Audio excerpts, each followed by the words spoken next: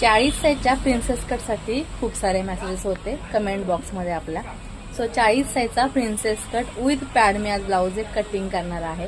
So अस्तरवरती main measurement टाकून ते blouse cutting कसं केलेलं आहे ते तुम्हाला मी दाखवणार आहे. त्याच्यामध्ये बॅक पार्टची हाईट किती आहे, शोल्डर किती घेतले, मुंडा किती घेतलेला आहे, गळ्याची उंची किती आहे, त्यानंतर गळ्याची रुंदी किती घेतलेली आहे, फ्रंट साईडमध्ये हाईट किती वाढवलेली आहे, फ्रंट साईडचा गळा किती आहे, आर्महोलची खोली किती घ्यायची आहे, टक्स पॉईंट किती घ्यायचा आहे सगळं सांगणार. त्या अगोदरची उंची किती आहे सांगते.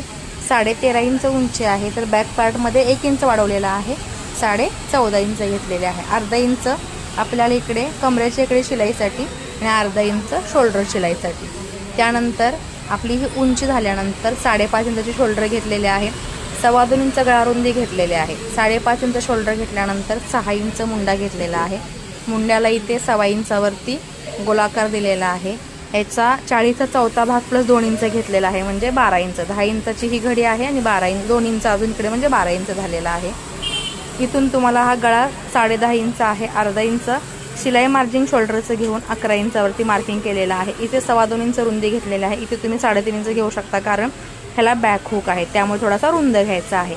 आणि क्लायंटची रिक्वायरमेंटसुद्धा डीप आणि ब्रॉड नेक आहे. टक्स घेतलेले आहे 5 इंचावरती.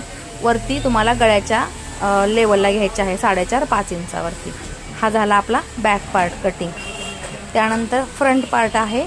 पाठीमागे राऊंड नेक आहे, फ्रंटला इथे पानगळा केलेला आहे, स्वीट हार्ट गळा आपण म्हणतो तो.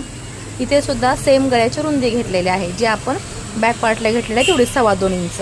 त्यानंतर आपला हा 6 इंचाचा मुंडा आहे, तिथे अर्धा इंच गोलाकार दिलेला आहे, म्हणजे पाठीमागच्या मुंड्याला आपण इथे 1.25 इंच घेतलेला आहे, तर इथे 1.25 इंच घ्यायचा आहे. त्यानंतर ही सुद्धा घडी आहे, इथे 12 इंचाची आहे.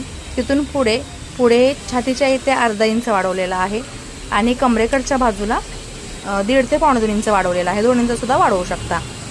त्यानंतर ही टक्स इथे स्किप करणार आहे, कारण पॅडेड ब्लाऊज आहे त्यामुळे. पुढचा गळा 7 इंच आहे, 7.5ला मार्किंग करून पान शेप काढलेला आहे. गळा थोडासा इथे मला वरती वाटला म्हणून दुसऱ्या चॉकने इथे मी पुन्हा मार्किंग केलेलं आहे.